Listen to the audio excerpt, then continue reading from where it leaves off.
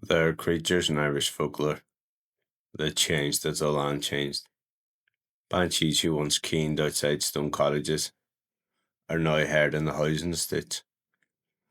Water horses once seen at bog pools are now at the drained lakes. But there's one creature that has never changed. Not once. Not for 1,000 years. The Dullahan.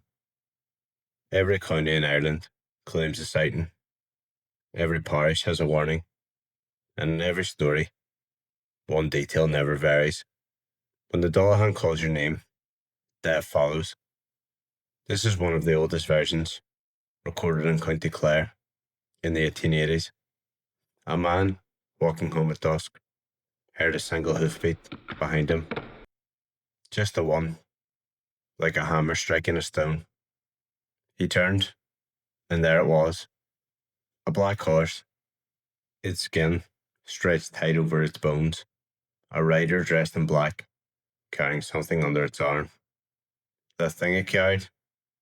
Its own head. The head's eyes were wide open, luminous like lanterns behind the yellowed glass. Its lip moved, whispered something that the man couldn't hear. He was frozen in fear. The creature raised the whip, made from a human spine, and snapped it through the air. Every gate on the lane flew open at once. Every latch lifted. The horse passed without slowing. The rider lifting the head high, and the mouth opening unnaturally wide. And it spoke a name. The man didn't recognize it, but the next day, that person was dead. When the Dullahan appears, it doesn't fight, it doesn't chase, and it doesn't waste its own movement. It arrives with a purpose, and that purpose is always death. Before I tell you the modern story, the one whispered at a Midlands Windfarm, you need to know about the creature behind it. Because the Dullahan isn't a ghost or a spirit in the way that most people imagine. It is a fuka of death, older than Christianity in Ireland, older than the first stone ring forts. It is a herald. It's not the cause of death, but the summons. There's various forms of the Dullahan. In most counties, it rides a single black horse. In Donegal, Cavan, and parts of Mayo, it rides across the water. A silent coach, drawn by 6 headless horses, wheels smeared with grey clay, the limbs made from human skulls. The whip is the spine. When the Dullahan passes, dogs howl, lights dim, and the air pressure drops suddenly. It hates being watched, and if it catches you looking, Folklore says, it will throw a basin of blood at you, as a sign that you're next. Rules of the Dullahan. It cannot be stopped, except by gold. Even a single gold coin has driven it back. The locks and gates spring open, not magically, but as compelled. Every door leads to the Dullahan. It speaks only once, and that is the name of the person that's about to die. It appears most often in the late autumn. That's when the veil is the thinnest, and the year is considered dying. You'll want to keep those rules in mind, because they matter for what happened at the Windfarm. Our story takes place in the Irish Midlands. No names or company identifiers, for reasons that will become obvious. What can I say? It's one of those newer wind farms, rows of white turbines stretching across the bogland and cutaway fields, isolated except for a few farmhouses miles apart. The land beneath it had once been old coach roads, bog trails, unused farmland, and at least one unmarked burial patch, according to the local legend. The kind of places people once walked home alone at dusk. The kind of places the Dullahan would prefer. Even before the incident I'm about to tell you, the workers had jokes. The kind of jokes people tell when they're not fully joking. They said there were sounds at night. Not wind, not metal, but something heavier. Something that sounded like a single hoof, pacing between the turbines. The first witness to this was Eamon, a turbine technician. He was the first to mention the gates. He said, "Every time I went out to turbine 17, the padlocks would be open. Every one of them. No marks, no signs of tampering, just open.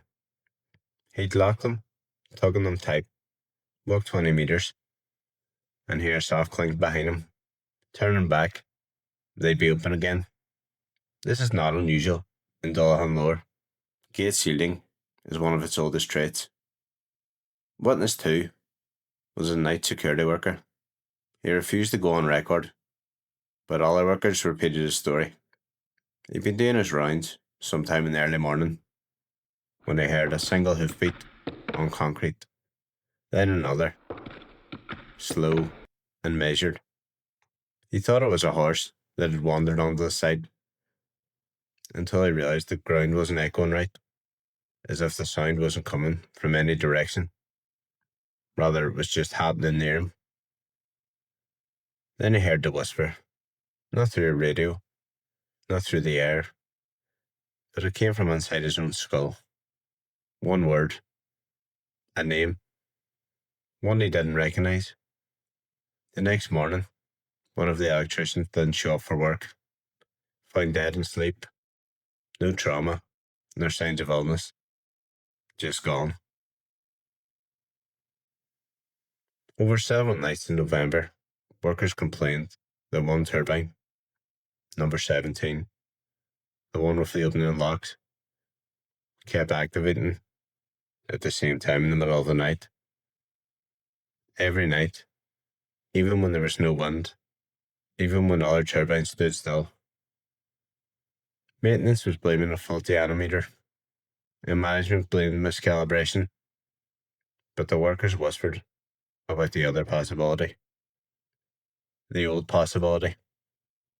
That was something moving beneath turbine 17, calling, heralding. The final account came from a man called Declan. He'd been on the job years, practical and skeptical man. If anyone had been making up stories, it definitely wouldn't have been him.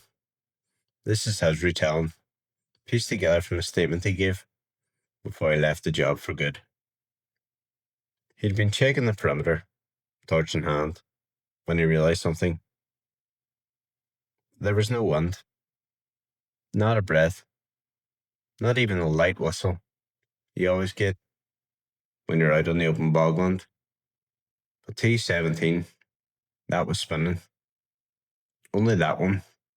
Only those blades. He could hear the creak of them turning. Slow, almost like they were being pushed by hand. He stepped closer. The padlocks on the outer fence clicked open, one by one. Soft metallic snaps in the dark. Every single one. Folklore says locks open for the Dullahan. But Declan didn't know that. Not yet. He walked through the now open gate, the air feeling heavy, pressurized. He smelled something. Damp earth, cold iron, and something like decay. Then he heard it.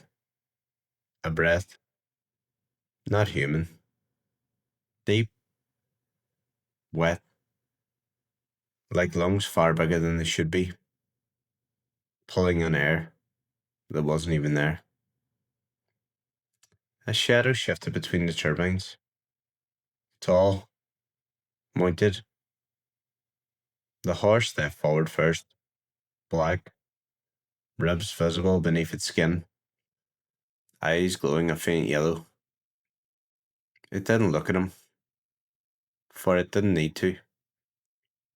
It simply existed in the same space, and that was enough. Then the rider moved. It held something cradled against his chest, like a lantern. Only when it raised did Declan finally understand. The Dullahan lifted its own head. The dead eyes, open and wider, the mouth stretched into a grin no living face could possibly make. The head skin looked like damp parchment pulled over bone, and then spoke, not aloud, not through the air, just plugged straight into the centre of his mind. A name. Declan didn't know it, but he knew instantly what it meant. The Dullahan doesn't announce itself for the person who it sees. It comes for someone else, someone nearby, someone whose death is already decided. When he came back to himself, the horse and the rider were gone. The turbine had stopped, but the air was still heavy, like the aftermath of something vast moving through it. Declan left the job that night, and he never returned. The next morning, another worker was found dead at home. No trauma, no explanation, just a name that Declan had heard, spoken by something holding its own head. The Windfarm still functions, mostly, but workers request transfers, and nobody wants the night shifts. Some locals say the turbines flicker strangely in November, as if something passes between them. And sometimes, rarely, but consistently, people walking the bog roads nearby claim they hear a sound. Just one sound. A single, heavy hoofbeat on the concrete. Not moving, not approaching, just signalling, announcing that the Dullahan is still writing, still naming, still doing what it has done for thousands of years. The Dullahan is not a monster to fight. It's not a creature to escape. It does not chase you across fields or bite you in the dark. It arrives when death has already been decided. It speaks the name that has already been chosen. And whether you believe the old stories or the modern one, the wind doesn't need to blow or something to move through the world.